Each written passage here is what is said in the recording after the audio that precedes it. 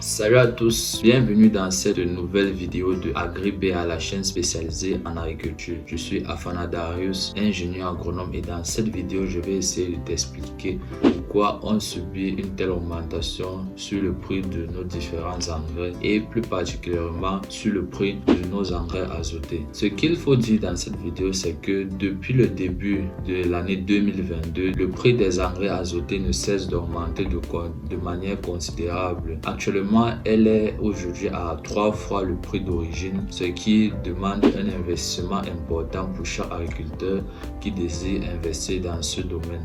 Le prix de ces engrais azotés peut être principalement dû à un facteur évident et très important. La première chose que l'on peut dire, c'est que la plupart des sociétés, des distributeurs qui fournissent ces engrais-là à nos agriculteurs africains se fournissent auprès des sociétés françaises. Ça veut dire que lorsque le prix des engrais azotés augmente du côté outre-Atlantique en France, ça augmente également ici chez nous au Cameroun. Et également, c'est que la composition ou bien la fabrication de ces engrais n'est possible que grâce à la décomposition d'un certain gaz naturel essentiel à cette production d'engrais-là. Parce que les engrais azotés doivent contenir une grande quantité d'azote qui est obtenue à partir de l'ammoniac. L'ammoniac provenant elle-même d'un certain type de gaz que très peu de pays sont capables de produire, notamment grâce à leur gisement très précieux. Comme pays, je peux citer en grande partie, nous avons l'Ukraine, nous avons la Russie, nous avons également des pays comme la Chine, et les autres pays ne sont pas vraiment très développés pour qu'on arrive à parler de production importante. Ça veut dire que pour nous, pays africains, nos principaux fournisseurs indirects d'engrais sont l'Ukraine et la Russie. J'ai déjà parlé des conséquences des conflits entre l'Ukraine et la Russie sur la production de blé. Eh bien,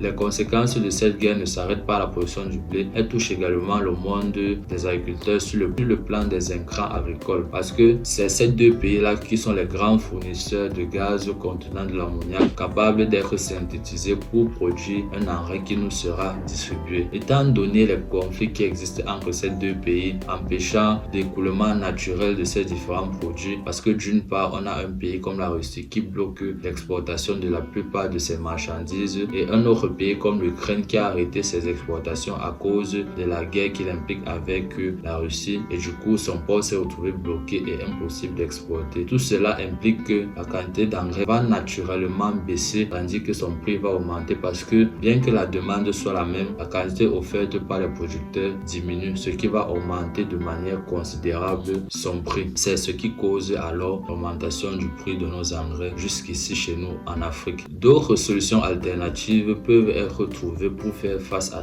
cette augmentation, comme par exemple les engrais biologiques. J'ai déjà fait une vidéo sur les différents types d'engrais biologiques que tu peux utiliser dans ton champ. C'est sur la chaîne de AgriBA, n'hésite pas à aller regarder. Merci de m'avoir écouté et de m'avoir suivi tout au long de cette vidéo. C'était Darius et je te dis à une prochaine vidéo.